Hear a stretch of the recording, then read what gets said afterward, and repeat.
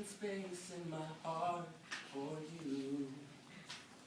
Just in case you chose to come back in, I couldn't close the door you left open. The day you walked away, won't you come back to stay with me? Since you left, my heart, it longs for you. Holding to loose words, I'll see you soon. Finally accepting the fact that you ain't gone away. You won't come back to stay with me. After the days, after the years of growing cold of those emotions and fears, and countless times of counting tears, I had to remove myself from here. This is the story of an orphan child, a child in between. And this is the story of me.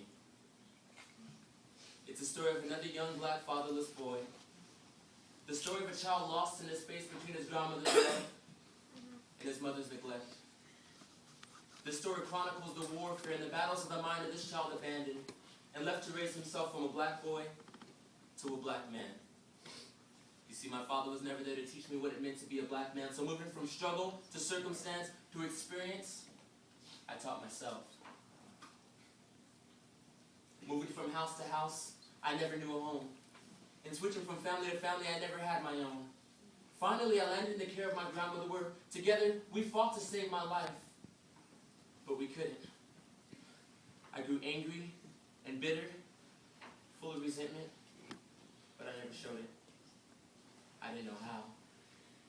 Instead, I closed myself up and turned myself over to the melodies that I used to cover the noise of my mind. They were my pseudo-mother and father, my God.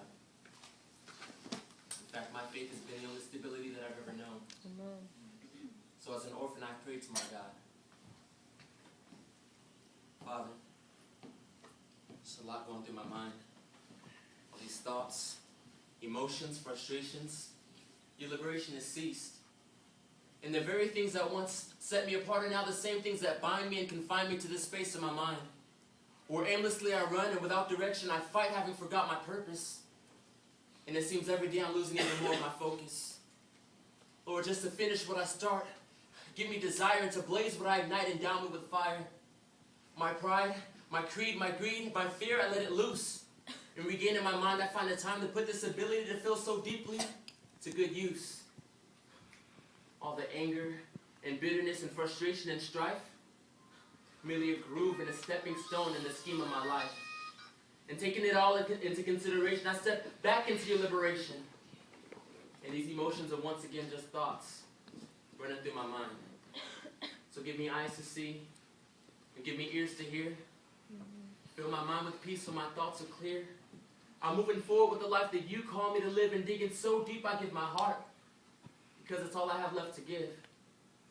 To this world, to this family, to this life that won't acknowledge and probably won't even appreciate, but will take and take and take, and even through my giving will continue to take. But I give it to you, God.